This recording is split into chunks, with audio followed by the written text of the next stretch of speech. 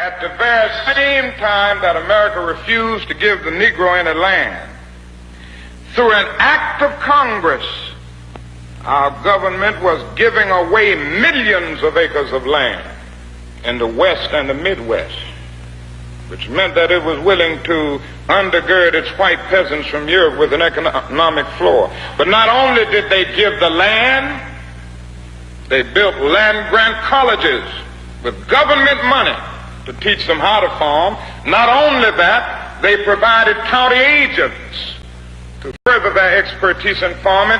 Not only that, they provided low interest rates in order that they could mechanize their farms. Not only that, today many of these people are receiving millions of dollars in federal subsidies not to farm, and they are the very people telling the black man that he ought to lift himself by his own bootstraps.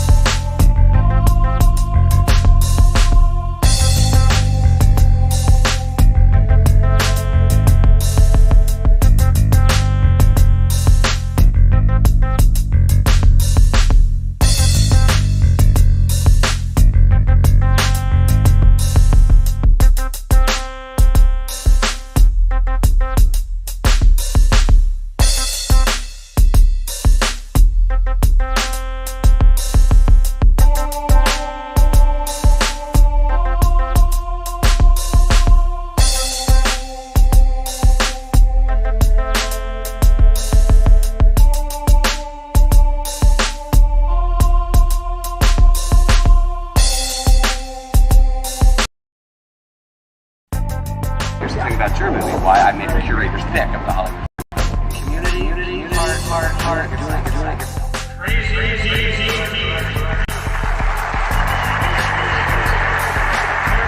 Observations TFR, 9:30 a.m. Pacific, 12:30 p.m. Eastern, Monday through Friday. What's going on, people? It is Tuesday. Tasty Tuesdays on hashtag Observations TFR. Hashtag Observations TFR. Sted-Fast-Ing vegan. This is what we're talking about today. That's the topic for today. Smash the share button, smash the like button. We want to say what's up to everyone who is watching us on Vimeo, FB, and of course, the Film Review Live channel on YouTube. Make sure you subscribe, like, share, friend, exactly where you're at, where you're watching us right now. Of course, like I said, Periscope. Twitter retired Periscope because Twitter is releasing their own platform where you can put videos up. So they have retired Periscope, right? So without further ado, before we get into what we're here to talk about today, let me introduce you to my special guest host, my sister Tonya M. Congress. How are you doing this morning? Good morning, D, and good morning, listening audience. Happy to be with you this morning. I think this is the 26th day of January, the day before what would have been our dad's birthday. So I'm always going to be celebratory around that time, the same as I would my mom's birthday too is in that same few days later. So we are always in remembrance of that. But it is partly sunny here in Cleveland, Ohio, with melting snow. Looks like it's a little bit of drizzle out there through the sun. So didn't get to gargle this morning. So there's the cough. Here this morning, I had this giant grapefruit. Look at how much grapefruit, this one grapefruit yielded that in this bowl. Now this bowl, let me tell you about this bowl. This bowl is literally as old as me. This bowl has been in the family since we were at 17115 Harvard Avenue when D was born, and it came with us here. And this is a plastic. We're still using this bowl. I don't know what brand this is, but we're still using this bowl. And I have some sliced ginger and a cup of coffee that I shouldn't be having, but here we go. But I'm doing good this morning, ready to get the road on the show about this Sted-Fast-Ing today. Well, you go ahead on and tell them about that. All right. Before we get in that, we're going to get into the memes, right? But Sted-Fast-Ing.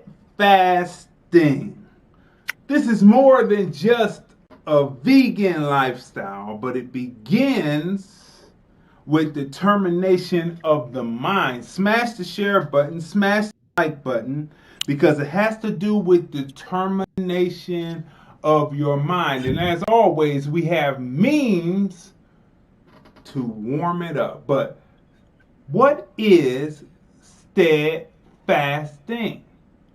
Staying steadfast to your goals, humbling yourself to kneel and pray while preparing your body for the journey ahead.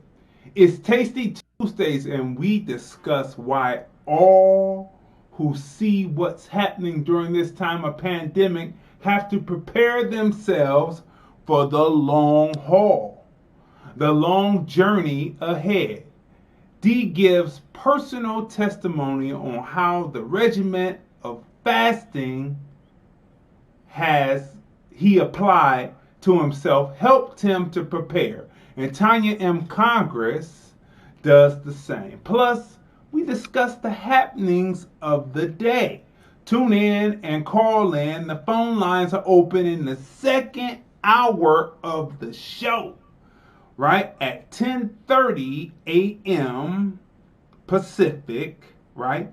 1:30 p.m. Eastern. The lines are open. 213-943-3358 to hear your comments, your thoughts, your processes. 213-943-3358. What's up to everyone that is watching us right now on all the various platforms? Tracy Trace said good morning, good afternoon. That's right, good morning, good afternoon. So Tasty Tuesday, Sted-Fast-Ing vegan. You know, that's where we usually get recipes, but we're talking about fasting today, right? We're talking about fasting today. So let's begin with some memes to warm it up. Now, one of our faithful asked and requested that the memes go in front of the image so that the audience can better read them. So this is what we have done. We have accommodated, so you know, Crazy D is always working to bring various elements to the show to make it even better. Smash the like button, smash the share button. So okay, let's start with a New York Times meme this morning. The media mogul Rupert, oh bless you, Rupert Murdoch. Thank you. Decried an awful woke orthodoxy. Decried an awful woke orthodoxy, quote unquote, and condemned, quote, cancel culture, unquote, while accepting a Lifetime Achievement Award. Murdoch, who spoke in a video, has been relatively quiet publicly in recent years. But you see, he's coming out because his particular channel is under fire. You see, because the liberals are beginning to become kind of authoritative, wanting to blame certain entities, wanting to blame certain people, right, for what happened at the Capitol 4 weeks ago on the 6th of January, right? Same day that Hank Aaron was taking the experimental agent, was the same day that this happened, and they're trying to blame it on his channel, right? And believe me, he's trying to turn his channel into more of a liberal type thing, but you know, right now he says awful woke orthodoxy, and he condemned cancel culture. Murdoch, accepting award, denounces awful woke orthodoxy. I would say they're kind of awkward too. They're awkward, right? So this is all going, so as we see, sometimes things can backfire. Now, let's keep moving because there's two sides to every story. So let's look at this side right here. Smash the share button, smash the like button, because we are going places today. Okay, here we go. The same people who tell you that Epstein killed himself and all the cameras failed are the people telling you that this potato got 80 million votes and we don't need an audit to verify votes. Let's go over it again. The same people who tell you that Epstein killed himself and all the cameras failed are the same people telling you that this potato got 80 million votes and we don't need an audit to verify votes. Usually we're fair and balanced. We're bringing both sides of the argument. Don't forget, get your comments and everything ready. 213-943-3358. I don't know why they're clipping. But anyway, let's keep going. All right. Now, this just came down from Morehouse. This came down from Morehouse. Are you ready? Are you ready? From our friends over at Hollywood Unlocked. You know, it seems like when we say something on this show, next thing you know, there's some kind of rebuttal in the next few days or so. So this rebuttal is officials believe Hank Aaron did not die from COVID-19. Oh, I said it. Experimental agent taken weeks prior. Not weeks prior, it was on the 6th. 16 days later, he was dead. They said that he died in his sleep, and they are calling it, are you ready for this, Tonya? They are calling it, this is Morehouse doctors are calling it, although they have not done the autopsy, they believe that he died of natural causes. That's right. Hank Aaron, healthy as what? 86 years old, takes a shot January 6th. 16 days later, my head screws on and off. He just happened to die of natural causes. He had to be of a certain healthiness to even think that he could take this experimental agent to show the youth and black people that the agent was safe, right? But somehow, Right. he's gone, all right? Unfaking believable, right? Unfaking believable. What do you have to say to that? What do you have to say to that? I mean, just them merely saying officials believe Hank Aaron did not die from. I mean, of course, what officials? What officials are they talking about? What people?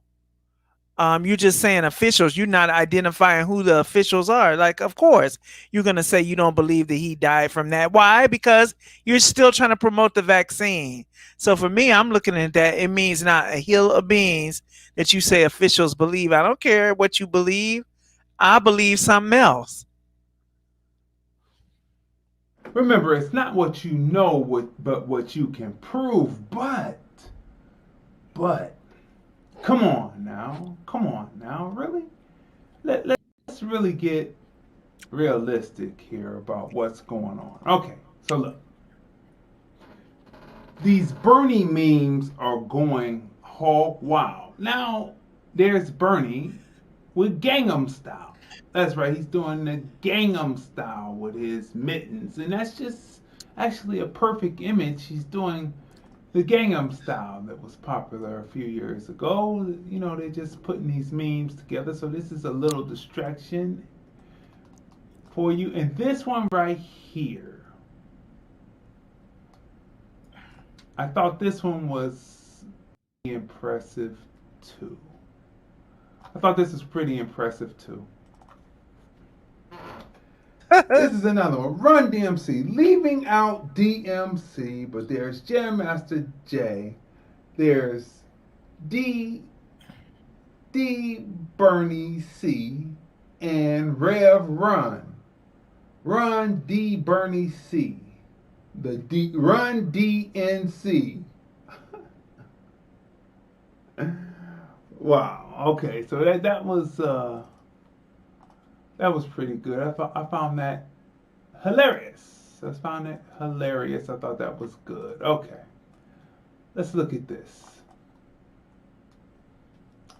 It says, how to become a morning person. How to become a morning person. So let's bring it up and let's read how to become a morning person. Let's see. 1, don't eat late.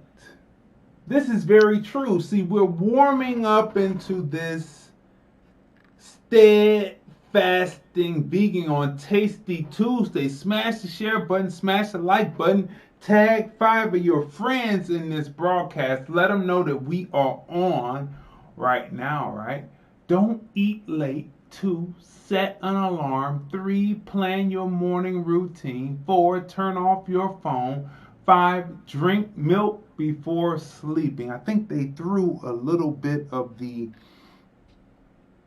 old time in there when it was white milk, white bread, white picket fence. I would eliminate the milk. I mean, I wouldn't agree with the milk. 6, get enough sleep. 7, plan everything. I would substitute, let's go back. I would substitute drinking a nice, mellow tea, something that promotes sleep primarily, for number 5.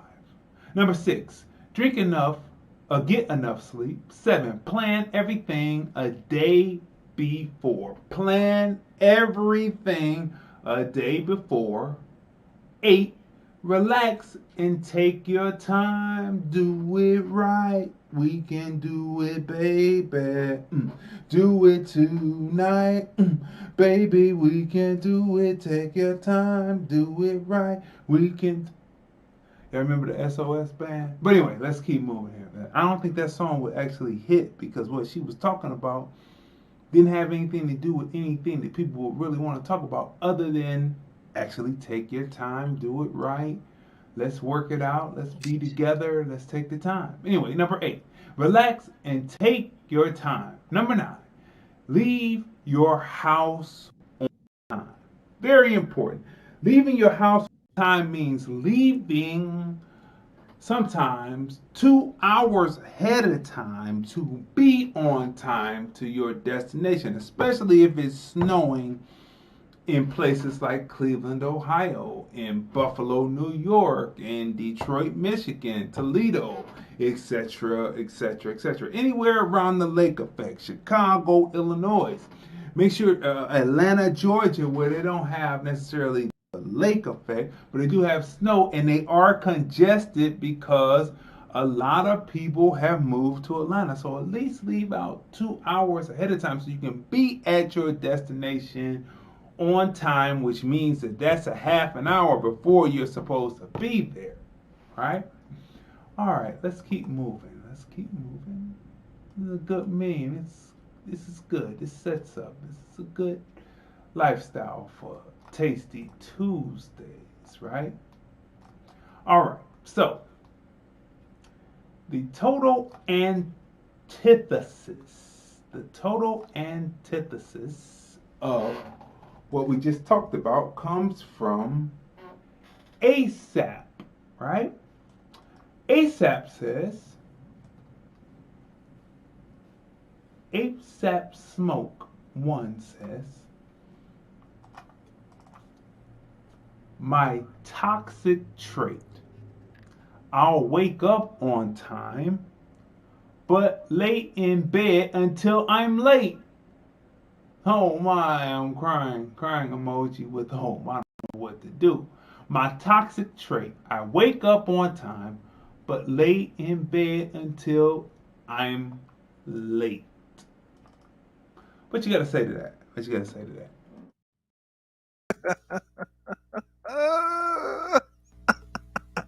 I've been guilty. Many times. And it is a toxic trait because who wants to get up and be flying by the seat of their pants when you get up? Now, you woke up at 8:30, talked on the phone till 10. You still got good amount of time. Now, I'm talking about me now. Still got good amount of time. At 10 o'clock, you get up at 10, still laying there, lay there till 11. Now at 11, that is the very last hour that you can get up and still be kind of in the flow and not be rushing, right? So when you go You go to get up. You can't sit on the side of the bed for 15 minutes and then daydream for another 15 minutes. Now you're down to 11:30. Now you got to cut up fruit. You got to peel a giant grapefruit. You got to slice some ginger. You got to run some coffee. You got to test your mic. You got to put on your makeup. You got to do all of that in an hour. But by the way, you don't get started until 45 minutes. And then by 12 o'clock, when you should be, by 12, you really should be ready to go, right? But you still slicing up stuff. It's very toxic. If you do that day in and day out, that means that is an area where you have to get some discipline. So I hit and miss on that. You know, some days I can go a couple of days in a row doing good. Then I'll go a couple of days in a row doing this. And it is toxic. It actually sets the tone to the day, actually. Sets the tone to the day. Let's keep moving through these memes this morning. Mental tricks only the rich use. Mental tricks that only the rich use. Let's go through some of these real quick. Let's see. Number one. They tell themselves there's no shortage of money. They tell themselves there's no shortage of money even when they don't have enough. That seems like that's what poor people tell themselves too. But anyway, number two, and in between. They think of making money as a game. It's a business, but it is a game. The game of football, the game of basketball, the game of hustle, the game. Three, they set their expectations unreasonably high. They set their expectations unreasonably high. Number four, they block out fear. Number four is one of the most important one of the most important points on this. Mental tricks only the rich use. Blocking out fear. Fear will stop you from doing a lot of things. It's always fear.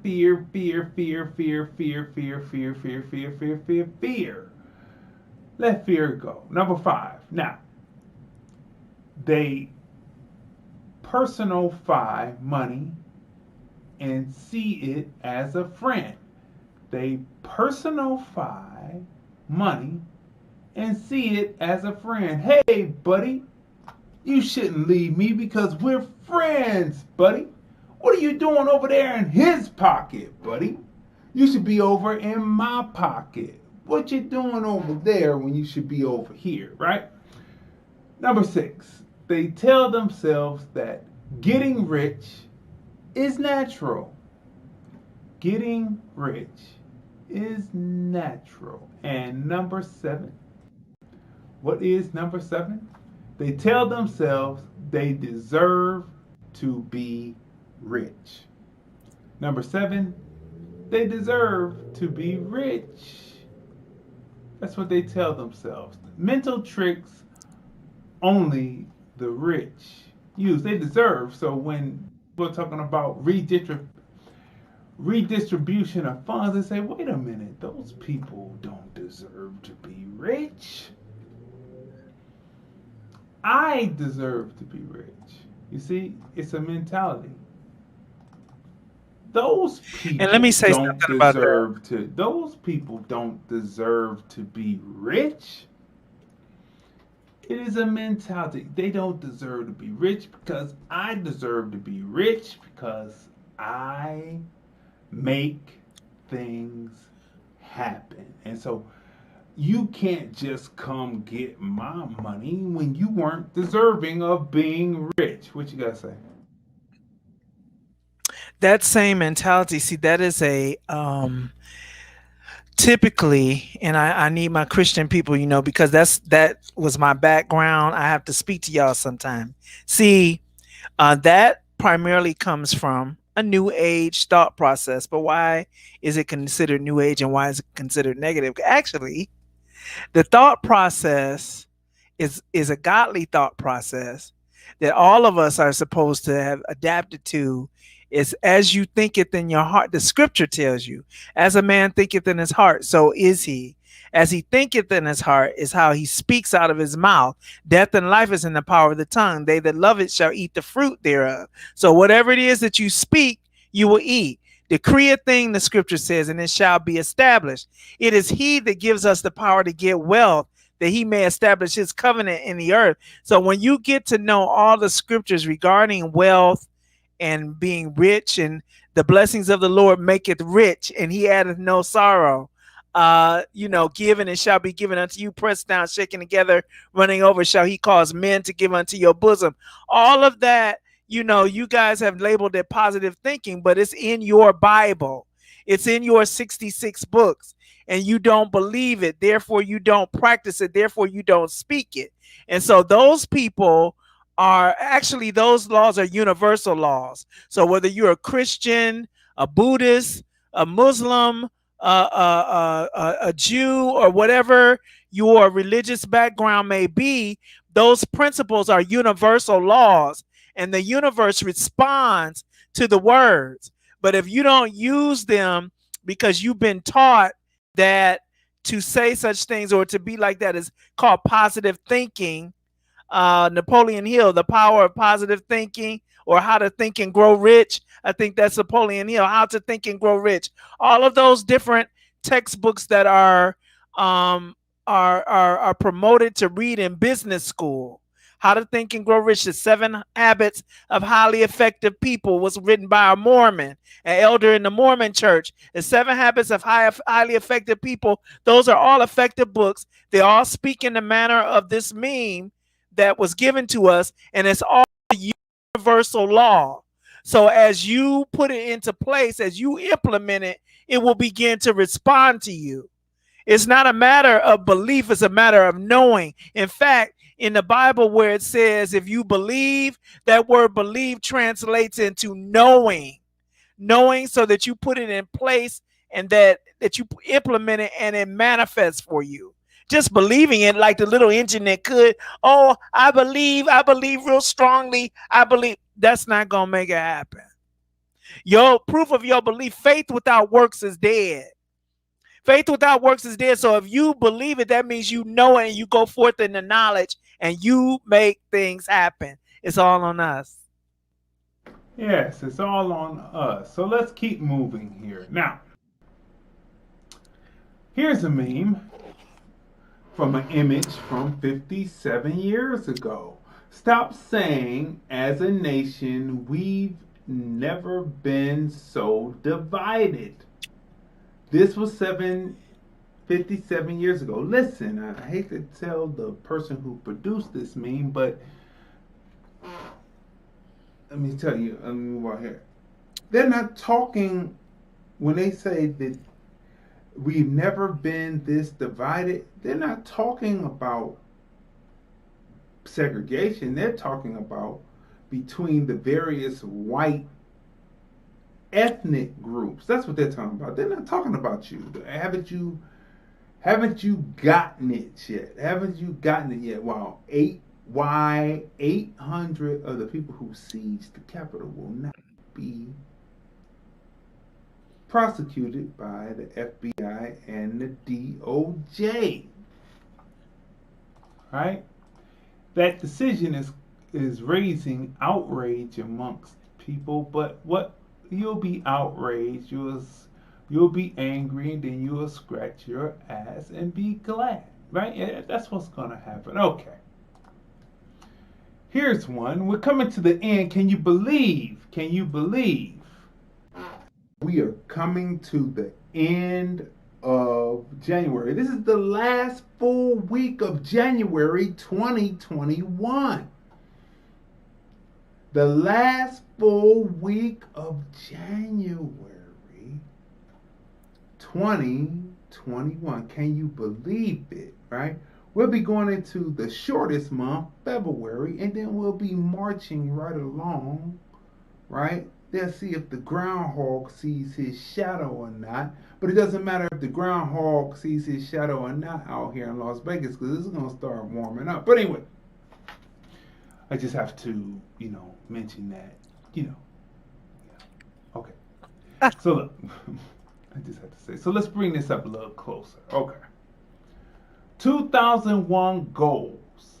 This is my year. See, this is that positive reinforcement, that positive thinking. This is my year. 1, make more money. 2, more freedom. Now, I don't know what they mean by because you're in a freedom or more free. Now, which one is it? Because in freedom, you're in a state of freedom, D-U-M-B. Because you think you're free, but you're really not. Number 3, quit my job. Wow. 2021 goals.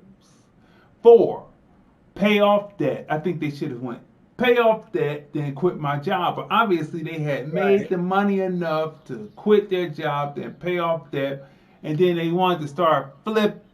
Number 5 is flip houses. So this particular person wants to get into the rehab game of the real estate game, right? They want to get into the rehab game. So number 5, you would pick your number 5. But that's a good list for 2021 goals or any goals of any year, depending on when you're getting started to be truly free. Yeah, this is my goals were a continuation of my goals from the year before. So I have being debt free is a main thing, and I'm really down to I'm doing pretty good. Debt free, more investments, and even though this is kind of part of the investment thing, is separate because one investment is stocks and then the other one is the Bitcoin. Bitcoin is something that I really, not only do I want to get more Bitcoin, I have quite a bit, but not only do I want to get more, I want to learn that blockchain industry. There's a big industry. If you learn that industry, basically you can become your own bank if you learn that industry, but it's a lot to know, and you can know it for free. It's not necessarily that you got to pay to go to school somewhere to learn it. You just have to know where to go find the resources. So that's one of my focuses, is to learn the blockchain industry. And then well, I'm an independent contractor. So basically I work from home, but I do want to eliminate that totally out of the process. And at one time I thought about real estate. I've decided against it. I'm looking more into land acquisition, not the property that's on it, the land that the property is on. So that's something I'll be looking for, because you know why? I'm going to tell you why. It's with a purpose. In Proverbs 31, it talks about the virtuous woman. And one of her attributes is that she considers a field and she buys it. So she buys land. She was a landowner. So since I align myself with the virtuous woman, that's my ultimate thing, is to be able to purchase good, profitable land. You see, people, let me bring this down a little bit so that we can look at this real quick, so we can talk for a minute. Now, so many people sell the land that was down south. People who owned farms, people who owned land down south, people sold it. But if you had read your Bible, and it's always women who don't really understand the value of land, retainership, and land acquisition. See, it's very important to own the land, because owning the land means that what goes on it you charge it property tax. You get a piece of the rent. Do you understand do you understand where we're trying to go with this? So quit selling the land. You can sell the property, but own the land. Let's keep moving. Now this one is one that Tonya had put up. She found it and she put it up after someone else had it, but it reads, the world sees this, and what my third eye sees is this.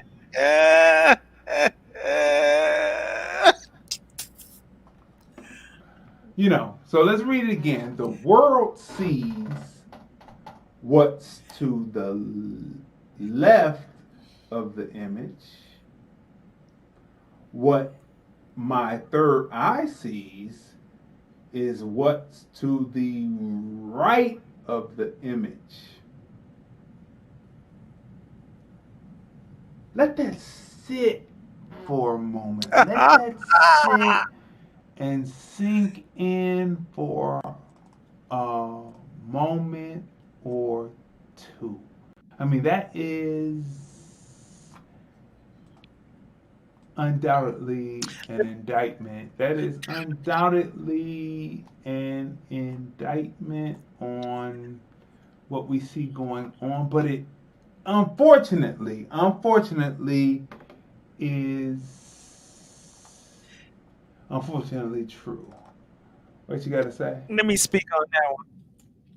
I purposely, now I have Instagram and I have Facebook, and I purposely didn't post that one on Facebook because for some reason, I mean, the one that I posted with her and Obama walking arm in arm, and him saying, well, the people still love him, black people still love him, and he did nothing for him, that has drawn a lot of controversy. I'm not backing away from controversy, but that one, you have people, what I find that people come on my page.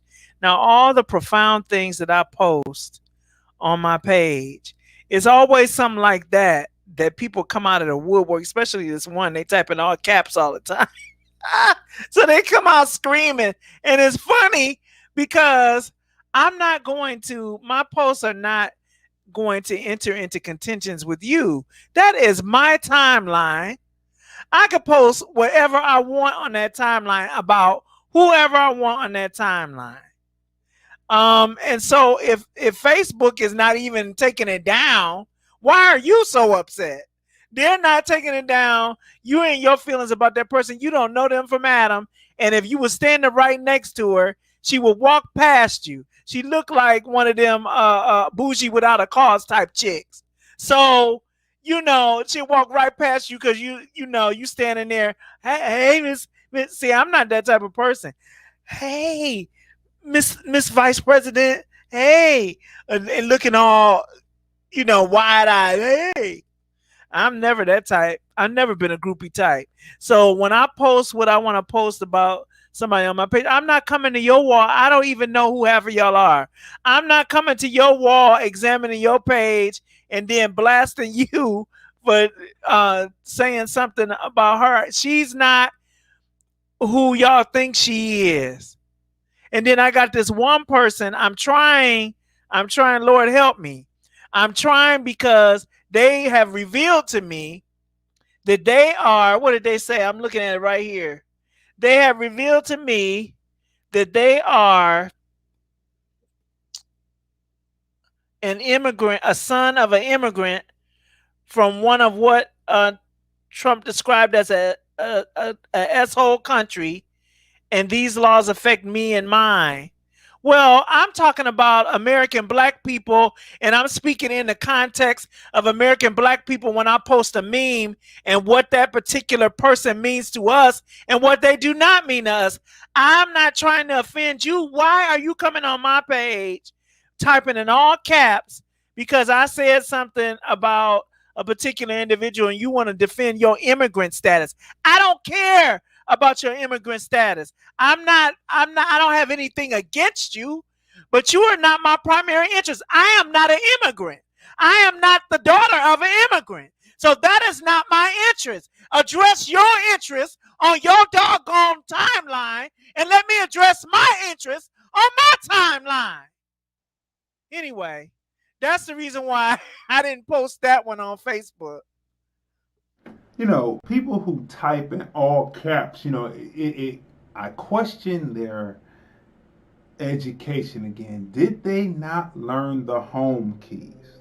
Did they not learn how to capitalize and lowercase and type? Did they not learn that? The only time you have caps, like if you're screaming, that's true. But mostly I use caps when I'm writing a title. And I had to let people know because they're used to the internet world, the social media world, and when you type in all caps, people say you're screaming. So the person say, why are you always screaming every time you're advertising something? I said, no, that is how a title to something is written. It's a headline. So headlines are in caps, but when you look underneath, you see it's perfect, tight, capital, lowercase, punctuation, grammar. So, you know, we just had to let people, you know, have people understand that. But those who type in all caps, there is a educational deficiency there. Let's just keep moving. Just my observation, my opinion. That was the same one that was typing the caps on you that time when you came to the bed. Oh, okay. I don't even know who that. I don't even know who that is. But anyway, look. This one I thought was hilarious. Hilarious. Sister Quintella sent this one over. It says, "Coming spring, The Bachelorette."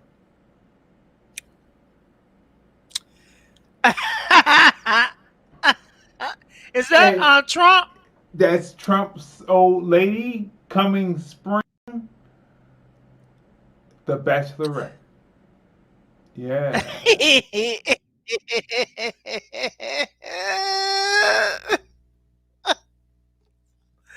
Oh God.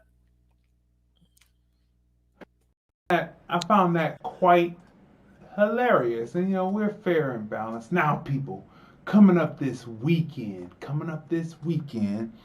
on the 31st is the last show of January. The last hashtag TFR Podcast Live show in January before we start the new in February. You see how this is moving? We're coming, the 31st is the last day. Sunday, January 31st is the last day of January 2021, and the film review, movies, music, culture, politics, society, podcast is on, and we have a jam-packed show. Hashtag TFR Podcast Live. We have a jam-packed show. Because you know what we're going to be talking about? This is one of the topics we're going to be talking about, but so many movies are releasing that we're going to have a jam-packed show, and you have to tune in. We come on at 3 p.m. Pacific, 6 p.m.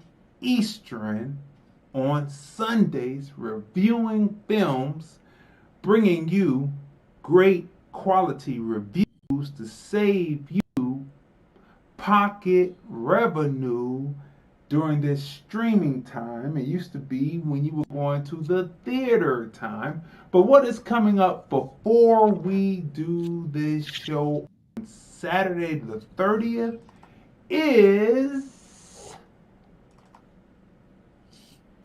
Wendy Williams' story on Lifetime. Now, you know, we talked about the Salt and Pepper story, right? We talked about the Salt and Pepper story, right? There is a watch party for the Wendy Williams. It's an event.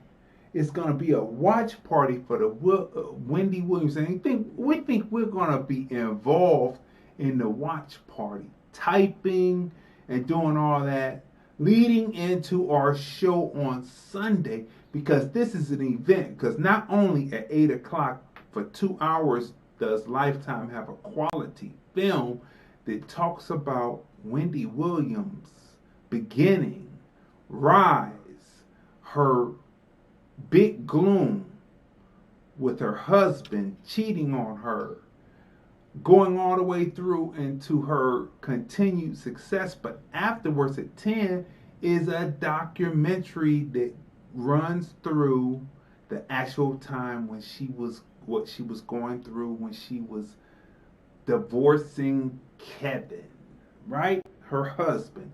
So you have to tune in to the film review. First, watch this so that you can call in and we can have discussions about it. And then on the 31st, that's Sunday. So you're looking at Saturday and Sunday. It's a 2-day event. First, it's the Wendy Williams movie. Then it's the documentary afterwards. Then the following day on the 31st, it's the film review, movies, music, culture, politics, society podcast. The husband and wife team, Crazy D and Tracy, reviewing everything and taking your phone call. So you have to tune in 3 p.m. Pacific, 6 p.m. Eastern, because this is an event. And if it's anything like the Salt and Pepper or what BET did with New Edition or the Bobby Brown story, which I think is going to be top quality, this is going to be an event to talk about a woman overcoming in the midst of tragedy. So tune in for that. Mark your calendar. Lock it down as a reminder, right? And so let's move on to the next meme. So this meme reads, if you feel like things are closing in on you, why are they clipping me? If you feel like things are closing in on you, they are. But hang in there, because you are close to your breakthrough. Hang in there because you are close to your breakthrough. Keep in mind, diamonds are formed under pressure. Remember, diamonds are formed under pressure. So much pressure that, that the Beers Company can have limbs blown off and still be selling diamonds are forever. Anyway, let's keep moving. Okay, look. That was Dame, I can't think of her name. Dame, black woman. Diamonds are forever. Dr. Boyce Watkins. Politics makes strange bedfellows.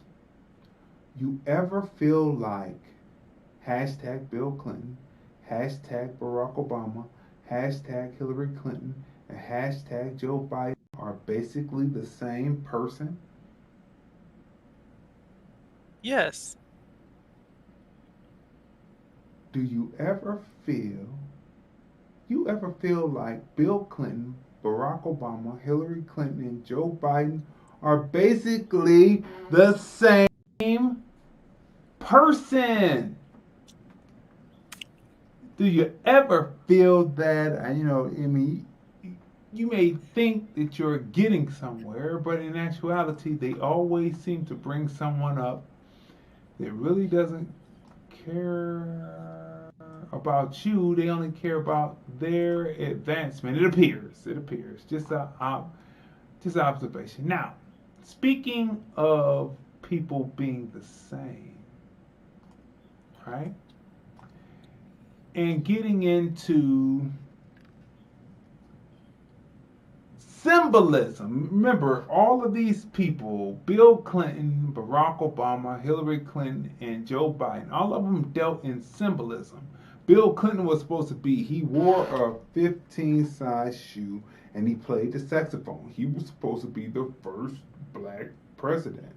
Barack Obama was supposed to be the first black president. Symbolism. Hillary Clinton was married to a person who was supposed to be the first black president. And Joe Biden is supposed to be the person who stood by the first black president's side and really wasn't worried about his congressional accomplishments being washed. Which brings us to this little bit of symbolism. Brings us to this little bit of symbolism right here. Joe Biden, Treasury Department, speeding up revival of $20 Harriet Tubman bill shelved by Trump. Joe Biden, Treasury Department, speeding up revival of $20 Harriet Tubman bill shelved by Trump. This information brought to you by our friends over there at Hollywood Unlocked. Right? Now, why do I say that this is just symbolic? Harriet Tubman would have rather had the reparations that went along with, she was alive when 1865 came down. She was alive. Look up Harriet Tubman birth and death, Tonya. Let's look that up. Let's be accurate about what we say, right? Very important. When did Harriet Tubman pass from us? She brought 70 or 90 blacks across the Underground Railroad, and she said she could have brought more if they knew they were actually slaves, but they liked being on a plantation. So when did Harriet Tubman pass? March 10th, 1913. March 10th, 1913. 7 years from the women's suffrage movement finally getting the right to vote. But oops, who did they leave out of that right to vote? Oh, they somehow left the sisters out. The sisters didn't get it until later. This is history, but the white women got the vote. Okay. She would have rather had the reparations. See, being on the $20 bill,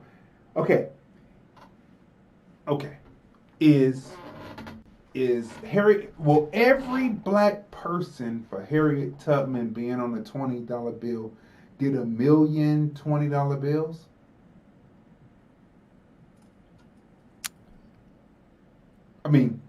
We're talking about, this is symbolism here. Harriet Tubman would have rather had the reparations. This is good. You're honoring a person and you're taking Andrew Jackson off the 20, which means that you're pissing the people who love the Indian killer off. Right? You're deciding to take Andrew Jackson off the 20 and put Harriet Tubman on the 20. This is symbolic. If every black person that was heritage here, ADOF, ADOS, FBA, American Black,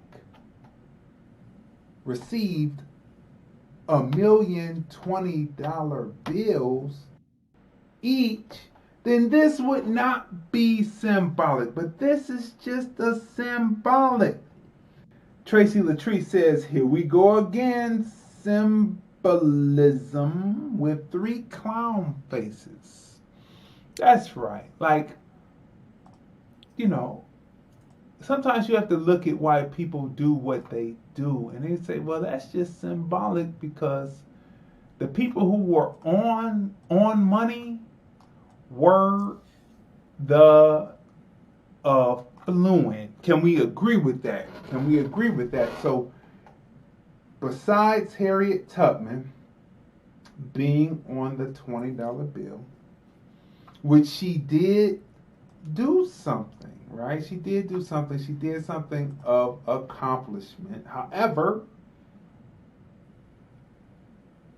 the people who are on the money are the people who were of accomplishment. So that means that what they should do is hand out, you know, $1 million $20 bills to FBA, ADOS, and American blacks. However you want to designate yourself, but you were the people that were here that mingled with the 388,000 that were dropped off during the slave trade, right?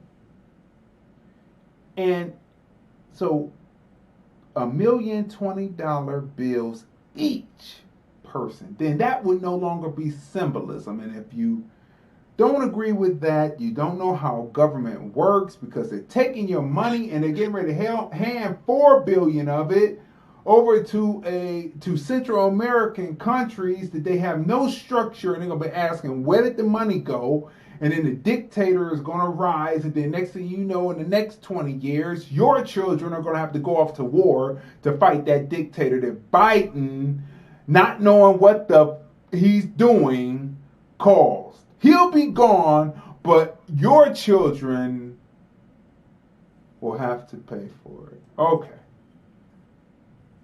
Which brings us here. Stock futures rise ahead of the busiest week of earnings. This is the busiest week of earnings. Do you have your stock? Do you have your stock? Because tomorrow is Stock Wednesday. That's right. Stock Wednesday is tomorrow, so we definitely want you to tune in because we have a robust show for that, right? So we just mentioned that this is the busiest week. I can tell you that Blackstone has not gone down. It has only gone up. I can tell you that with no doubt, because they own your DNA. But anyway, that's another story. Now, people, are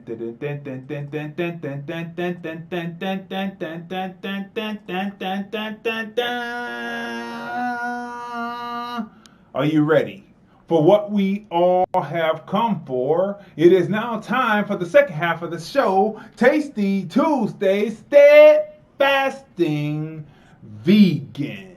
Again, what is a Sted-Fast-Ing Vegan? Let's bring up the new product. We have a new product. Let's bring it up. Let's bring it up so that you can see it. That's right, so you can see this. We have a new product. Sted-Fast-Ing. Sted-Fast-Ing. What is Sted-Fast-Ing? What is Sted-Fast-Ing? Staying steadfast to your goals, humbling yourself to kneel and pray while preparing your body for the journey ahead. Right? Staying steadfast to your goals, humbling yourself to kneel and pray while preparing your body for the journey ahead. Right? Now, Tonya, if you would bring up the image on the You Found the Spot page on FB. you can see it bigger and better than I can see it right here, because the Sted-Fast-Ing t-shirt has a motto on it that is similar to what I read in the description of the show, but it is personalized to the individual. And then we will begin to kick this off.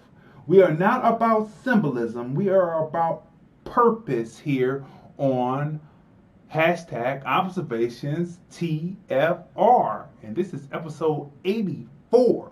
84. He'll be much faster. And only then will he be a grandmaster. Anyway, you got the image up?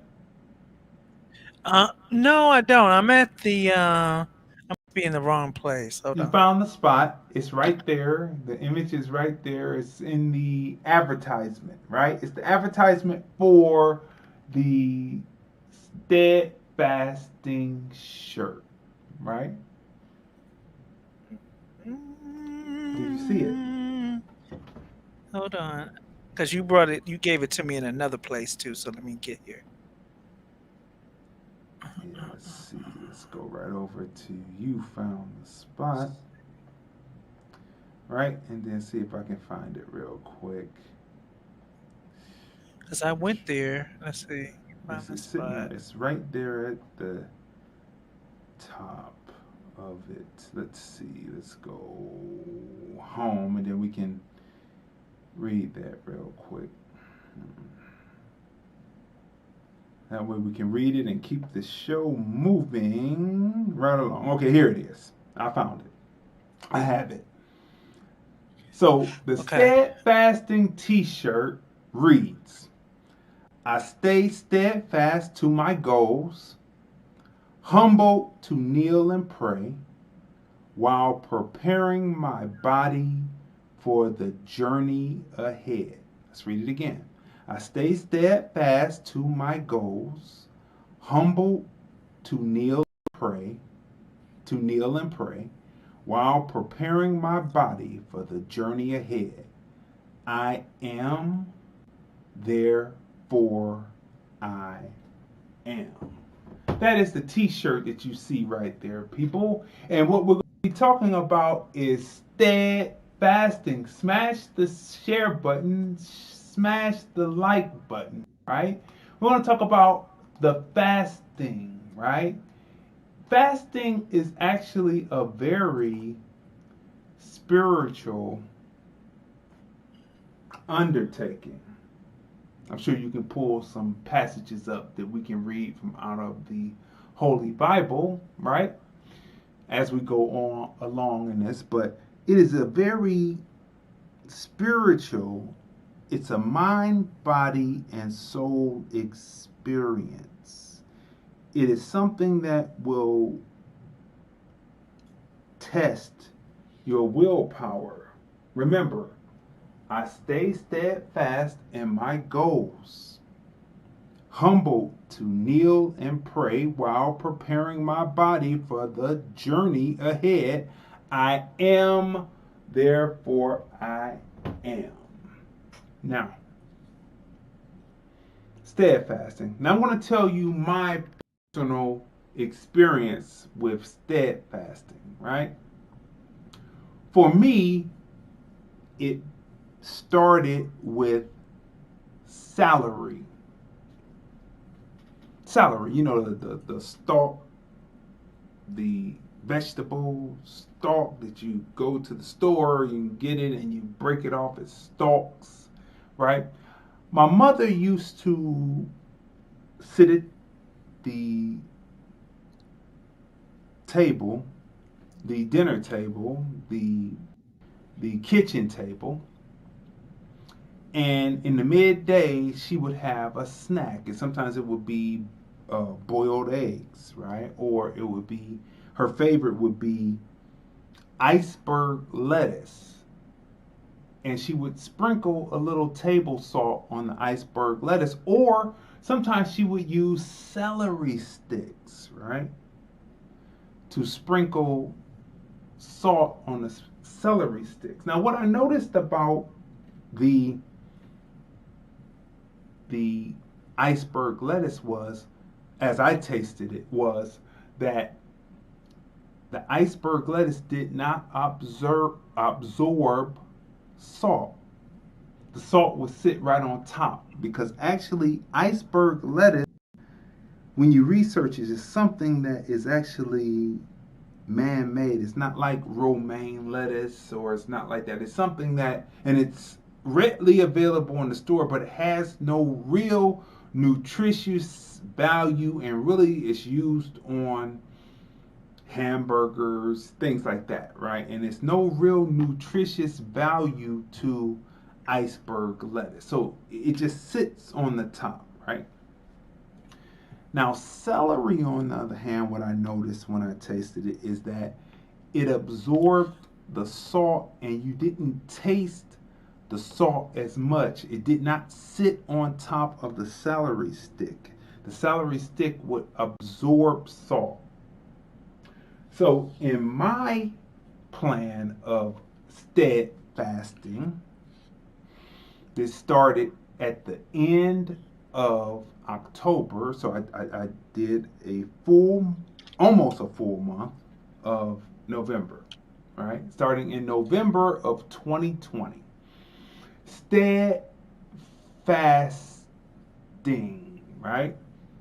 Now, before we get started, certain things that we have to say. You have to have a men's or woman's multivitamin, because as you're fasting, as you're doing intermediate fasting, we're going to get to it, you're going to need a men's or women's multivitamin to keep up with the vitamins that you're going to lose as you are going through this fast, right?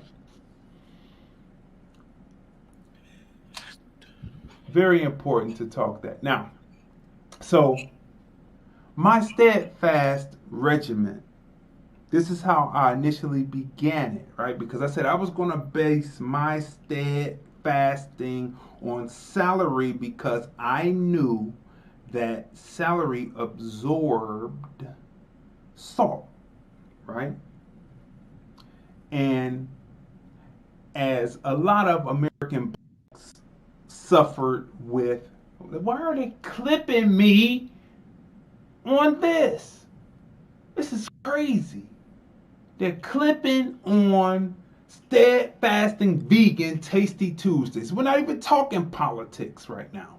We came through politics, they weren't hardly clipping at all. Now they're trying to clip us when we get to this information here, right? My personal experience at doing this, right? And what it has gained for me. Now, like most people of a certain age, you begin to suffer from high blood pressure. You start to, you may be diagnosed with pre-diabetes, like I was diagnosed with it, right? So I was always, over the years, trying to find ways to mitigate the situation so that I could come up off of the medication.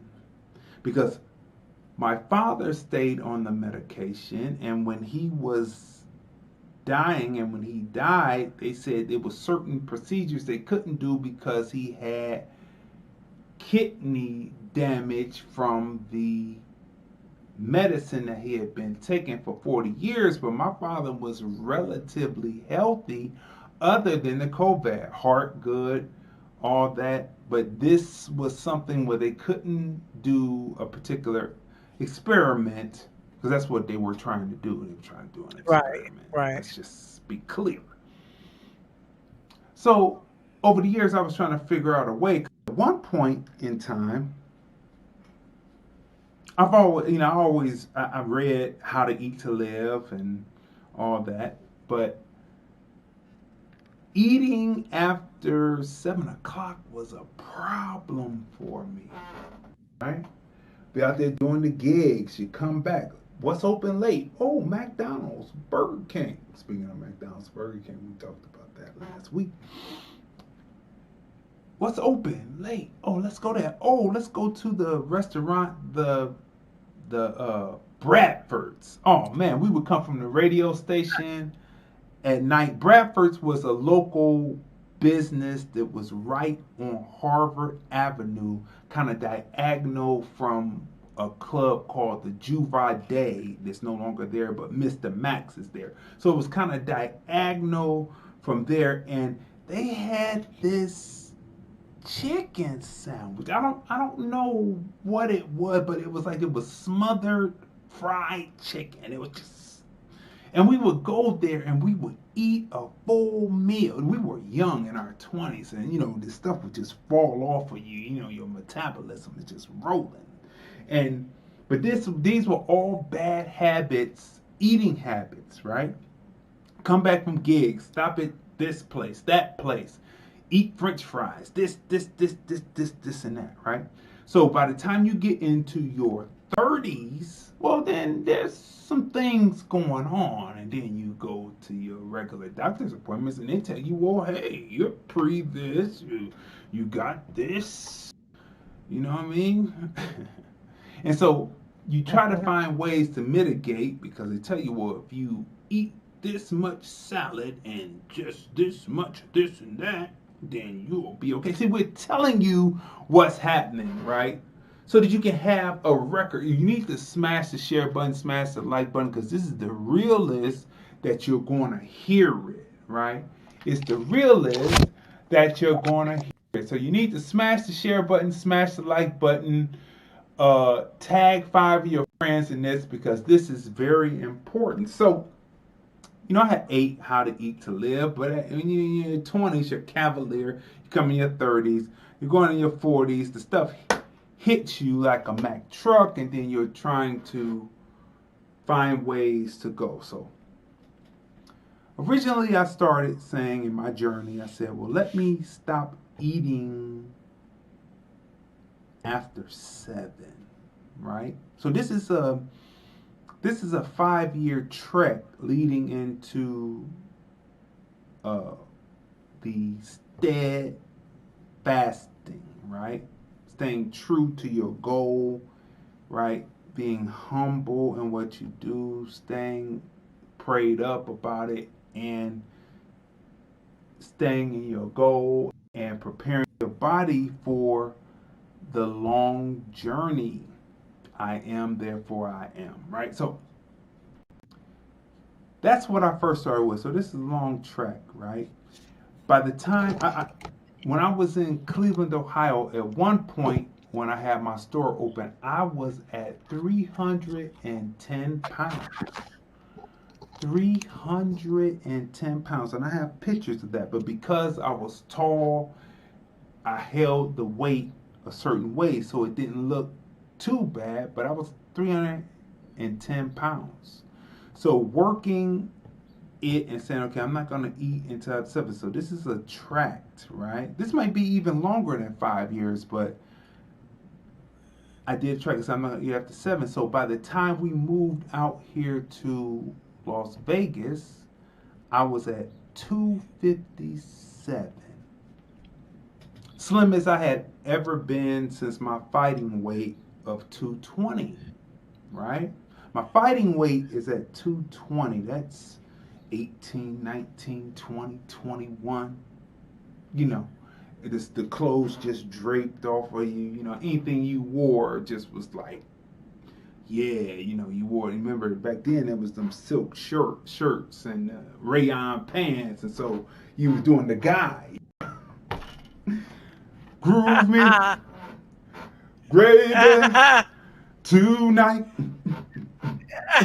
Really like the way you groove me. You was doing the guy, Oh, trying to sing like Aaron Hall. Groove me, baby. He was just doing that. That was he was up there dancing, doing all the dance steps, doing the running man, reverse running man, all that. You just into all that, right? So by the time we got there, so 257, right? But then I got into my work of working with people out here in Las Vegas, and late nights, and then that slipping past 7, slipped. The next thing you know, the weight went back on, and I was like 285. I said, whoa. I thought when I got to 257, I would get back to my fighting weight at 220. I'd be able to see it, right? So the pandemic hits, right? And so it's only 2 ways that you're going to go when the pandemic hits. Either you're going to be in a state of a type of depression and you're going to eat. You're going to feel euphoria, you're going to eat. You're going to feel sadness, you're going to eat. Or you're going to go the other way and let the time, you do the time and don't let the time do you. Because some people feel like this is like a jail sentence, being in a bubble, right? And so they are afraid and they say, I'm going to do this because the time is doing them. So they blow up and they put on weight. But my mind in Sted-Fast-Ing was, I'm going to set my goal now because all I have is time. I had already set up and said that I'm going to turn my situation into a home situation, and all of this, as my mind set to it, all of this blossomed into what we're doing today with the spot, right? So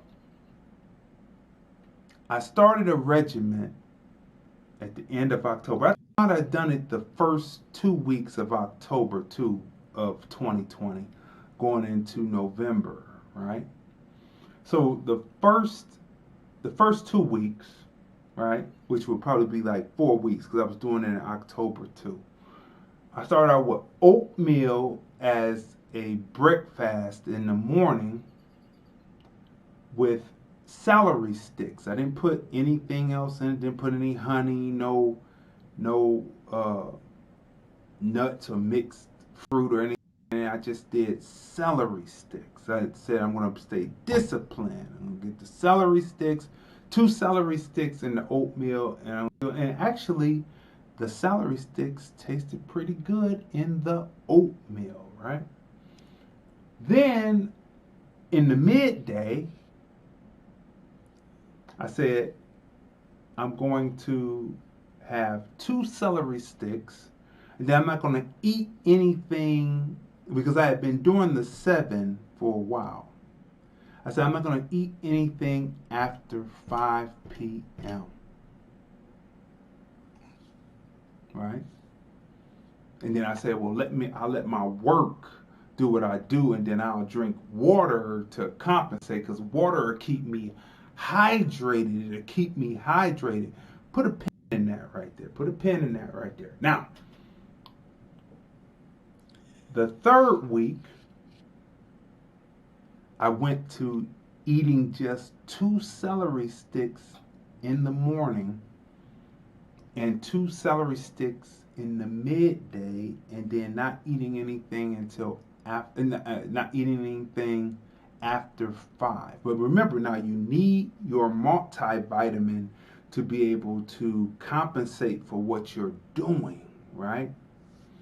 To compensate for what you're doing. And I'm not suggesting that you should do this. I'm just giving you my experience of Sted-Fast-Ing. When I explain, we'll get to that. Now, by the 4th week, right, I was doing 2 celery sticks in the midday to do a intermittent fast. So by that time, I was eating only 2 celery sticks, because in the teachings that were taught, right? You can find it in the Bible if you look for it. But in the teachings that were taught, there would come a time where you would have to be thin and transparent, almost transparent, because of the sun, because of the conditions of the world that man made, and you would have to be able to function with possibly going days without eating anything until you get to the meal that you would have, and it would have to be a sparing meal because you have to keep moving, so it will still be less, but your body will be able to compensate, right? Because you had trained your body, right? I remember I was at a pizzeria place and I had ordered a whole multi-grain crust, and I ordered, it had the sauce on it, but it had like just the spinach, avocado, just stuff like that. Artichoke. It was artichoke and just different veggies, right? And I remember the person was like, "What you doing? You're eating this garbage can. This is nothing but a garbage can. You're supposed to have the pepperoni and the sausage." I said, "Well, actuality, what you're eating is the garbage can, and what I'm eating is getting you ready, because when this hits," now this was 3 years ago, I said, "when whatever's hit is going to hit." We didn't know when it was, but it's always been talked about. And each generation of people, each decades of people have experienced, like they experienced in 1817, 18, 19. 1917, 1918, 1919, right? They experienced something like this, right? So each generation of people get something like this, and this is just our turn to experience something like this, right? They've never got it to that extent until where it is now, where it shut down the whole world. So whatever was coming, you would have to be ready and be able to be transparent, because you wouldn't necessarily know where your next meal is coming from, because times will get hard, jobs would be lost. Where would your meal come from? So your body would have to be ready, right? And they're clipping me on this. I can't believe these, right? Of course they are. Of course they are. Now, November 26th, Thanksgiving. November 26th, Thanksgiving. And this is as real as you can get it, right?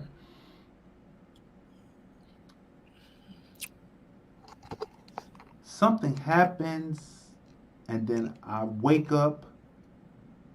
I'm walking. Something happens. I wake up. Next thing you know, my top eyebrow is split, and then my wife runs in. She calls the ambulance, right? They come. They sit me down in the front living room area of the house, and they start taking all of my vitals. They say, your blood pressure is 124/61. That's good. Your A1C, A1C is the 3-month, 6-month measurement of your blood sugar, right? That's normal. They say, "Oh, you're normal." They do a EKG. I was having heart palpitations before when I had all the weight on, right? He said, "Oh, you have your heart palpitation was there is no heart palpitation. You have regular rhythm," right? They stand me up. They had a scale. The people out here, I can tell you, the EMTs out here are really good. Scale. They put me on the scale, and I weighed 247. When I started this back in October, I was at 289. Right? I hadn't weighed myself. I was just going through the regiment of doing this day by day, staying on the regiment of fasting. They put me on the scale. I'm 241. They say, do you want to go to the hospital? I said, better safe than sorry. We go to the hospital. The main doctor comes in and says, all your vital signs are good. This, and that. What were you doing? And so to explain it to him, I said, intermediate, right? Intermittent fasting. That would be the best way to explain it, right? Because I had just had a couple of days before had come across what I was doing, and people they had a definition for what it was called: intermittent fasting. So when I told the EMT guy, we had a discussion in the ambulatory truck about what he did. He tried the protein diet and this and that, but he was very interested because I told him my levels were up. I was taking medicine for it. You know what I'm saying? And as I was doing this, I was coming off the medicine. I had slowed down on taking the medicine, gradually coming off as I was doing this because I could feel that I was shedding pounds, but I didn't know how much because I wasn't weighing myself. I was waiting for a day, like January 1st, to do all of it. But November 26th came around, something happened, and so we went there. So the doctor comes in and he says, you did everything right except for you dehydrated yourself. And I said, well, I was drinking water. He said, water does nothing when it goes inside of you when you're doing something like this, but just it's moving around because you have to keep your potassium up, and you have to, so you have to drink something that's high in potassium, something like a Gatorade. So he said, well, you need to get a Gatorade because we've rehydrated you and everything is other than your dehydration, all your vitals are fine, right? So my thought on it was that was God's way. Now, I don't know if you believe in God like that, but it was God's way to slow me down and show me, because I didn't want to see, but it was to add that one piece that I had not figured upon, which was the potassium and the dehydration. So we went out and we got the Gatorade without sugar in it, because I told him I want. He said, well, there's one Gatorade, it doesn't have any sugar in it.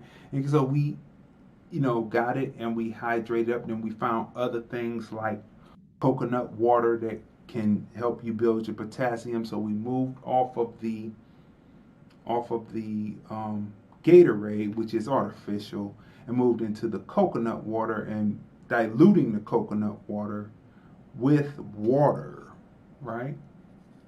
To stay hydrated, right? So, at the point that I just weighed myself today, so this is going to be shocking. At the point, November 26th, I was 247 point something, right? Guess what I am now, Tonya? Guess what I am now? Let me turn to the side. Can you tell me how much I weigh now? I'm going to tell you it's not in the hundreds. I'm going to tell you it is not in the hundreds. It is not in the hundreds, because I'm not even trying to get to the hundreds, but it's not in the hundreds. So what do you think I weigh? Let me pull it and I can show you. I think between 225 and 235. Wow, that is good. Right now, I weighed myself. I stripped down, took all my clothes off, took my socks off, everything, and I weighed 226.6. Woo! Yes! 226.6. Good job. You almost down at boxing weight. 247 point something from starting at 288 in October 2020, coming down January 26th, a month from when something happened on November 26th. From a month of that time, I'm at 226.6. 6.6 pounds from my 220 fighting weight, right? And after I finished, we pulled away from the salary, and then I just started going back to doing the regular cooking, like the different vegan things that we do, like the different vegan recipes that we have, where it stretches out 5 days. You eat one bowl, maybe two bowls till you're full, but you don't eat after 5. So sometimes you will eat at 2 because of the busy schedule, and then you're not eating anything in between the 2 and the 5, and you're not eating after 5, right? So not eating after 5, but like I said, I built to not eating after 5 from not eating after 7. So intermediate fasting, and all the time I'm talking and I'm praying. With me, I don't wear it on my sleeve, but I talk to God all the time. I'm just having a regular conversation, like I'm having a regular conversation with myself, because I am, therefore I am. So I'm talking while I'm doing what I'm doing. I say, thank you for this, thank you for that, thank you for the blessing, bless my people, etc., as I'm going through. But I don't wear it on my sleeve. You understand what I'm saying?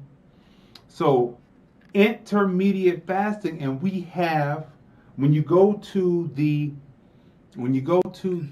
You Found the Spot page, you see the link, because we have a new fundraiser. Did you find the fundraiser, Tonya? Did you find the fundraiser?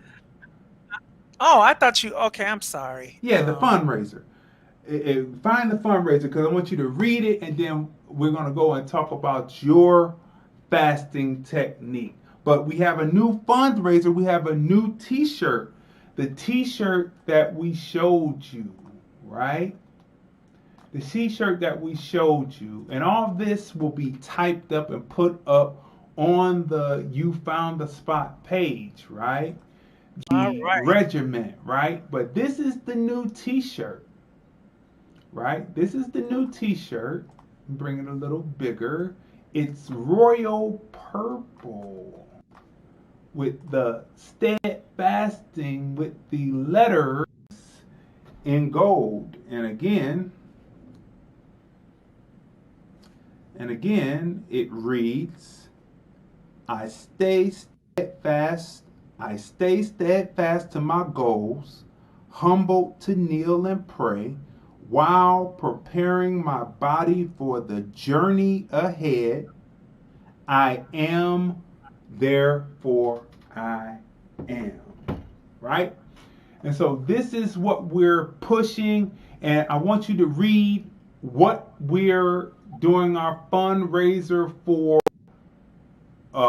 in this particular incarnation with this t-shirt, and how much the t-shirt is, and then go right into, bring the Bible passages, and then give your testimony about what you did to get things together. Go ahead. Of course, with all of our fundraising efforts is to expand programming on the Spot Podcast platform, and to bring you more information, expand the information that we're able to bring you all. Once we make the link available to you, you'll be able to go there and purchase the shirt. And the shirt is what he read to you in this royal blue, so it's with the gray, and then okay, now my phone wants to keep ringing. Royal with purple. The gray, royal purple. Royal purple, and then the gray writing and yellow writing. That's awesome, right there. And so it supports Sted-Fast-Ing for crowdfunding the Spot Podcast expansion of quality shows. Quality programming is very important to us, as we sure it's important to you. Sound quality, film quality, and things like that. So we're ever expanding as we're ever bringing you information, and to expand costs money.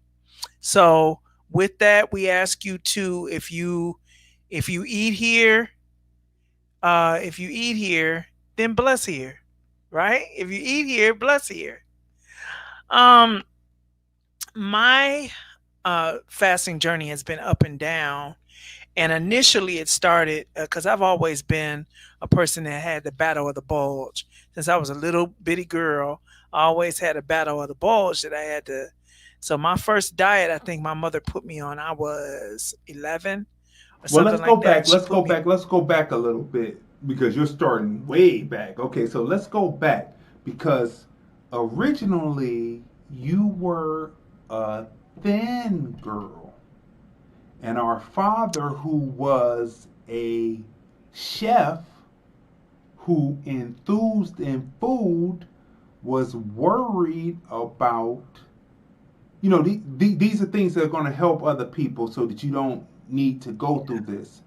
He was Yes. enthused. He was a food enthusiast, and he was concerned with how you ate like a bird and did not eat full helpings. You would leave things on your plate, right? And he was concerned, so they took you to the doctor one day, and then we can fill in, and because this is not of your own doing. It was people who meant well, but they did not necessarily understand what was going on. So go for it. All right. So I was taken to a doctor. I was about 4 at the time. So I was taken to a doctor, and the doctor gave me some kind of shot to boost my appetite, sort of like what we would call an experimental agent today. So I was given a shot to boost my appetite. By the time I was 5, I had started blowing up. Why? Because I had begun to start wanting to eat a lot of bad things, a lot of starch and carbohydrate, sweets, and things like that. All the stuff that knowing that we know now that sugar stores fat. So if you're eating carbohydrates like potatoes, white rice, white bread, all of that converts to sugar. Sugar stores fat. Now, if you want to couple that with drinking regular pop, which is 30 teaspoons of sugar per 12-ounce can, per 12 ounces, and you want to couple that with the sugary ice cream, cookies, things like that, and all of that is going into my diet. So by the time I was 5, I had blown up like a little butterball, right? And not only that, I had become basically eating everything in sight. So I had developed a little gluttony.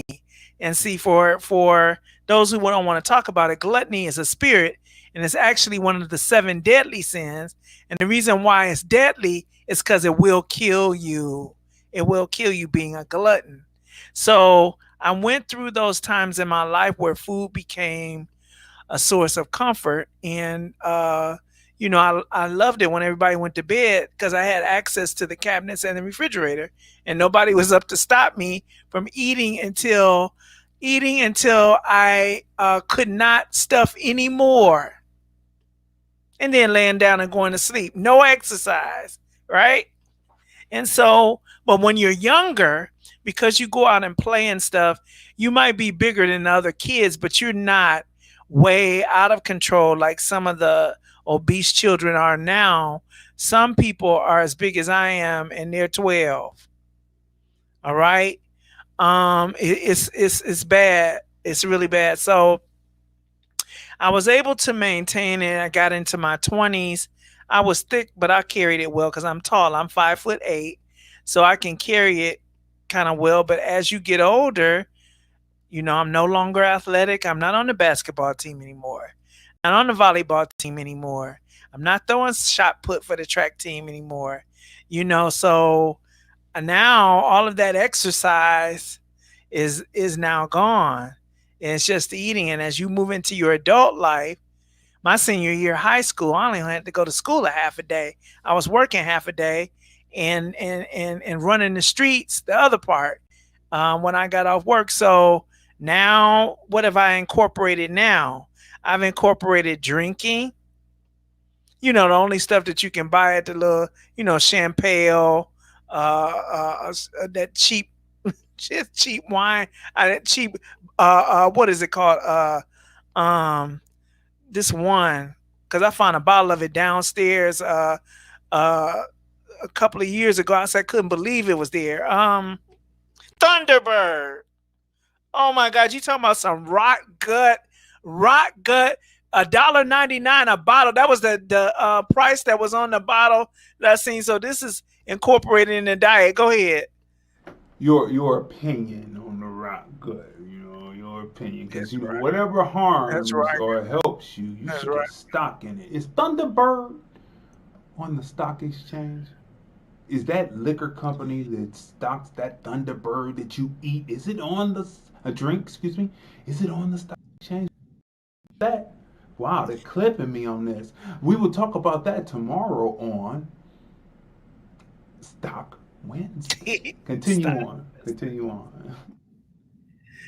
Okay, so you got, the Thunderbird. It probably is on the stock exchange under, all of the more expensive wines have the subsidiaries that they sell in our neighborhoods. In case you didn't know, now you know. So undoubtedly it falls like at the bottom rung of some, it's got to be the least one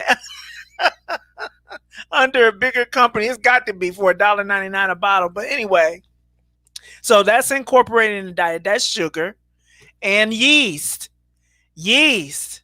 All right. So now you're expanding. You got sugar. Now this is where that gut comes from. It's where that belly comes from, because now you bringing in the yeast through the wines and all of that stuff, the yeast and sugar. And then you going to Hot Sauce Williams. I shouldn't have said that. Hot Sauce Williams is one of the best barbecue spots here.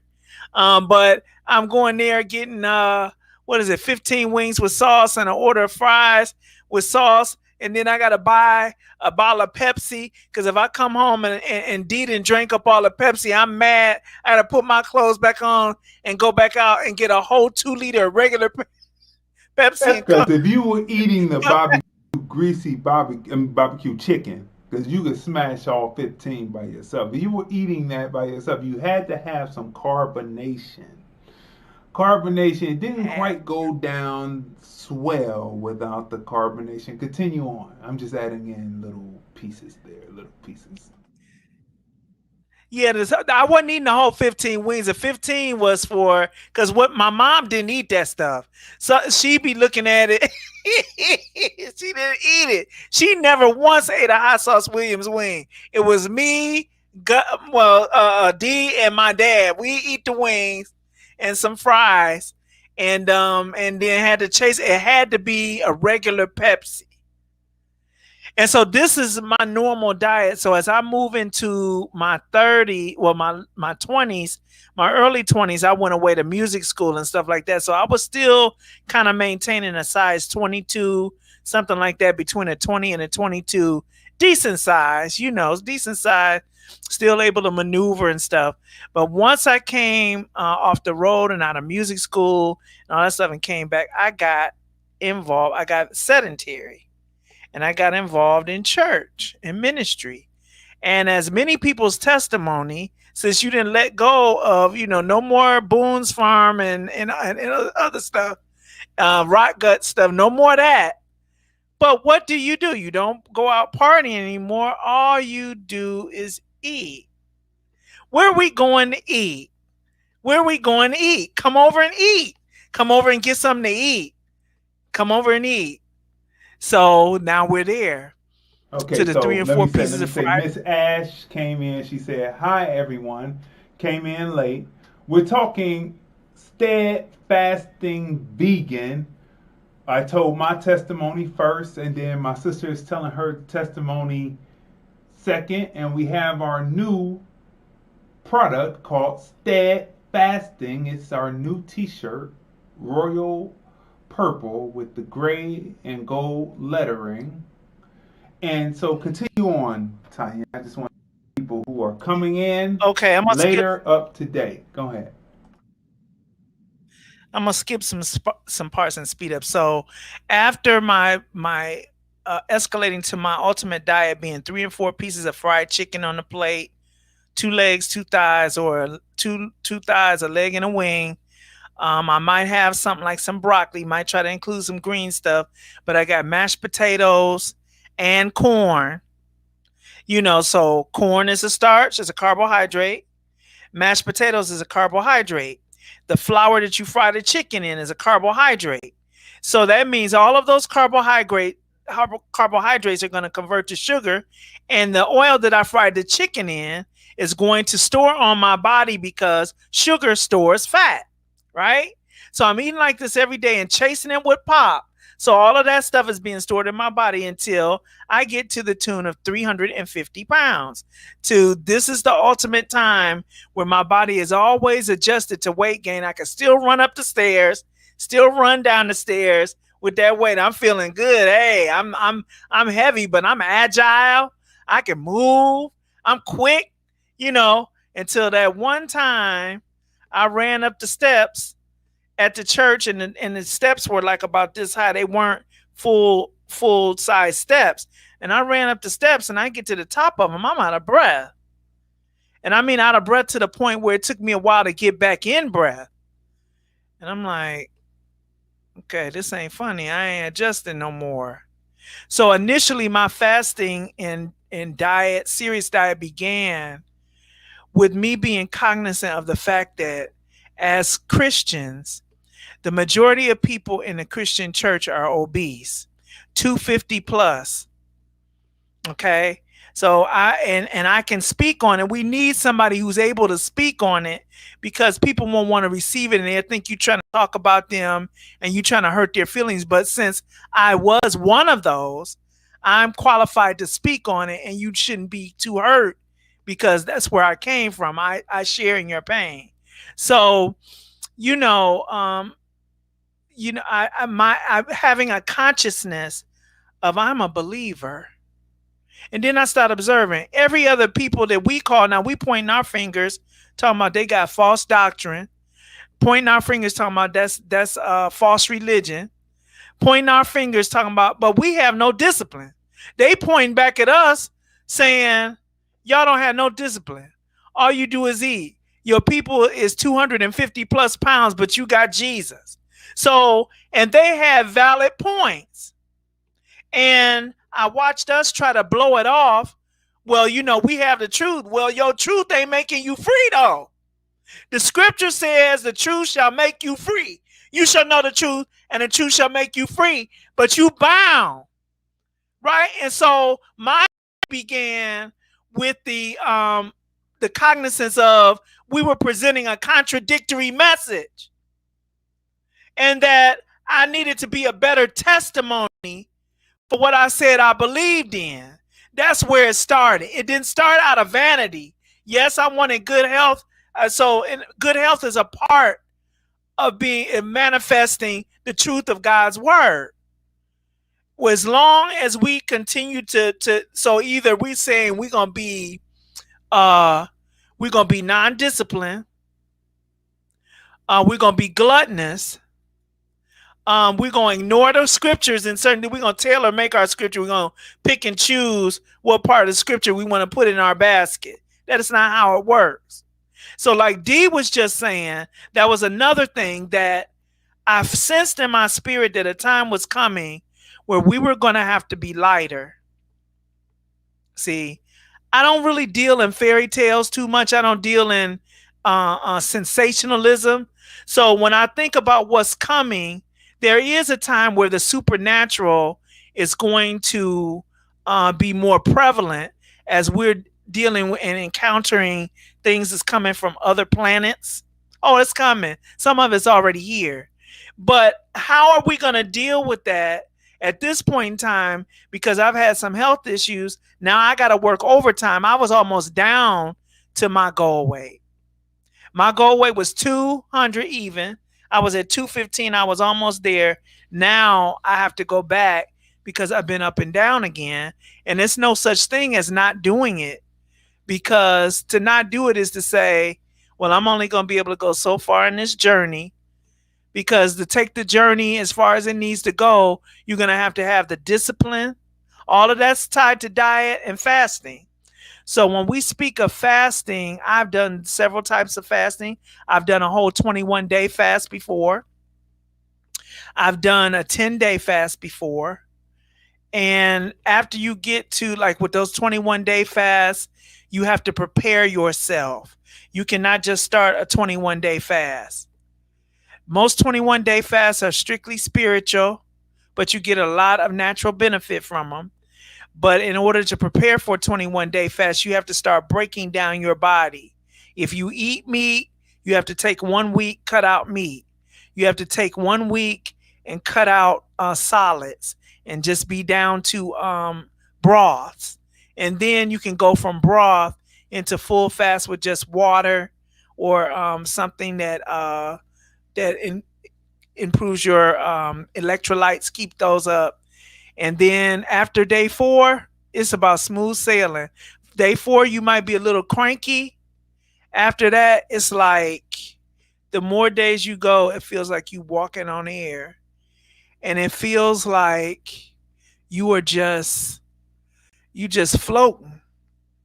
It feels like, and so this was the state that Christ was in all the time, which is the reason why he was able to work miracles. And this is what I've been telling everyone. The lighter you are, the less dense you are, the more that the spirit can flow through you. So God's spirit is on the inside, but in order for you to flow like Jesus, see, you know, religion has told us, oh no, well, Christ was God, and he was the only man that could do that because he was God. No. Christ was a man of flesh and blood with the Spirit of God dwelling on the inside, as we are too. The difference between him and us is that we are too inundated with the cares of this world to operate the way he did. How bad you want it? You want to be an example? You want to work the miracles? Then you're going to have to fast. Basically, Christ only ate every couple of days. When he did the Last Supper, that was the only time recorded during the time that he walked the earth that he ever sat for a supper, a big table supper like that. But he was walking a day's journey, 3 days journey, stopped to get a fig, which was packed with all the nutrients that he needed. And he was going 3 and 4 more days with nothing. That's how he stayed in the high place. And he prayed and he meditated. He stayed in the high place. So what was interesting fact, we can come back on to this on next Tuesday, but interesting fact, I was talking to Dee this morning, and he has always been, he was a special kind of kid. We both were special kinds of kids, but he was different. We both had our ways, but he was different. He was always set apart. He was always separate. He wasn't one that was hanging with everybody, trying to do what everybody else was doing, nor was I, but like he was even more different than me. And so, to be honest with you, I have to admittedly say today that he's always been operating in the kingdom that I had to learn coming by way of the church, because he's been very successful in life. And he dreams a lot. And I asked him, I said, well, because when he dreams, he wakes up and then he puts into place what he's dreamt. And I said, did you always operate like that? And he said, yeah. Even with his mixes back in the day, he would dream. And I'm like, yeah, I can see that. I can see that because he had an anointing on him to do everything that he did. He had an anointing on him to do it. And so, honestly, he was already operating in kingdom principle. He was already operating in that. And this is where those of us who have been in the church environment have to get to. You got to understand God within yourself. You got to understand the importance of fasting. Food was never supposed to be meant for pleasure. It was meant for sustenance, not pleasure. And so we've gotten to a place where we're locked into pleasures. What are the 3 things? The lust of the flesh, the lust of the eyes, and the pride of life was the things that brought Adam and Eve down. It's the things that got Lucifer entrapped. And then it's the things that's keeping us entrapped right now. Lust of the flesh, lust of the eyes, and the pride of life.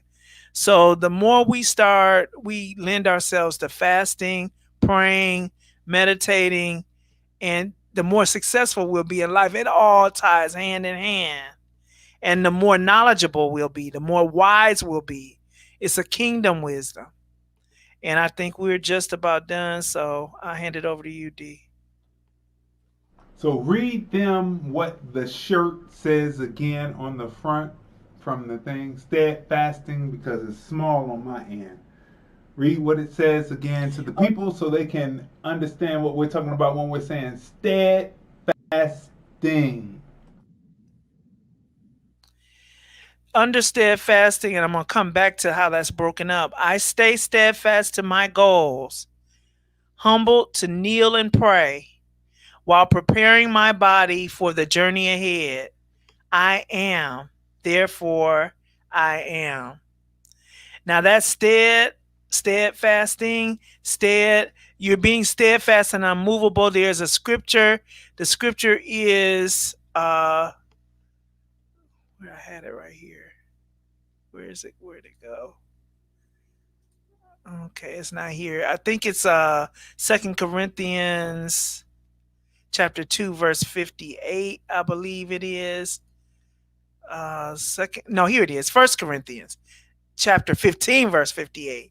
Therefore, my beloved brethren, be ye steadfast, unmovable, always abounding in the work of the Lord, for as much as ye know that your labor is not in vain in the Lord. Being steadfast and unmovable, there's no way to do that unless you're not given to the flesh. So instead of eating, fast and keep doing it. That's an active thing. Fasting, that's active, that's continual.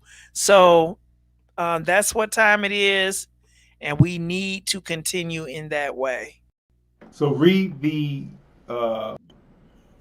motto on the shirt again for them. Sted-Fast-Ing. I stay steadfast to my goals, humble to kneel and pray, while preparing my body for the journey ahead. I am, therefore I am. Y'all better hear. I stay steadfast to my goals, humble to kneel and pray, while preparing my body for the journey ahead. I am, therefore I am.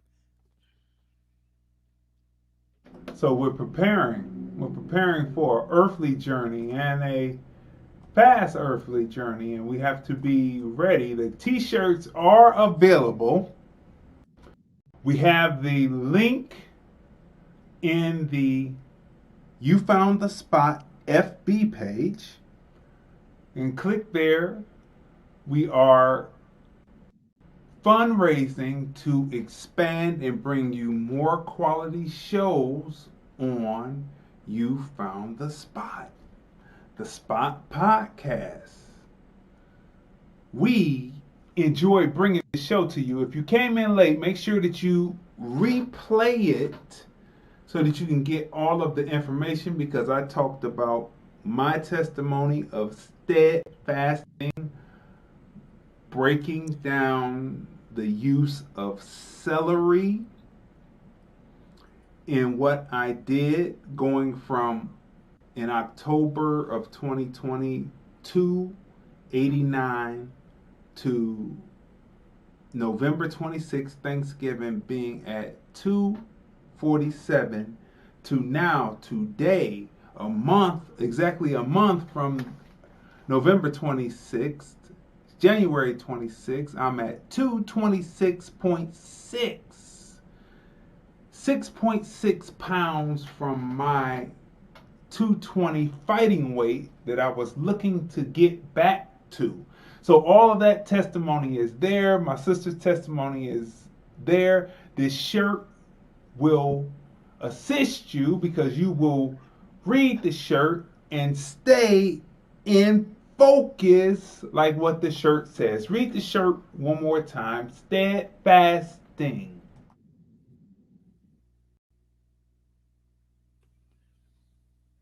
Tanya, read the shirt one more time. You lost me? I'm sorry. Sted-Fast-Ing. read the shirt one All more right. time. I stay steadfast to my goals, humble to kneel and pray, while preparing my body for the journey ahead. I am, therefore I am. I hope y'all understand what that means. I am, therefore I am. You are what? I am, therefore I am.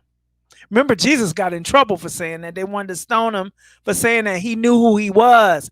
He knew he was God within himself. So, people, we love bringing you, we are honored to bring observations, hashtag observations TFR, Monday through Friday, 9:30 a.m. Pacific, 12:30 p.m. Eastern. We're honored to bring it to you. We are honored that you tune in and watch with us Monday through Friday. We appreciate you. Tomorrow is Stock Wednesday. We have another jam-packed show bringing information. Remember, what may harm you or help you, you should have stock in. Stock Wednesday. Tomorrow, 9:30 a.m. Pacific, 12:30 p.m. Eastern. It's hashtag observations TFR. We will see you tomorrow. Here's the thing about Germany, why I made a curator's pick of the Hollywood Fringe Festival. Community, heart, you're doing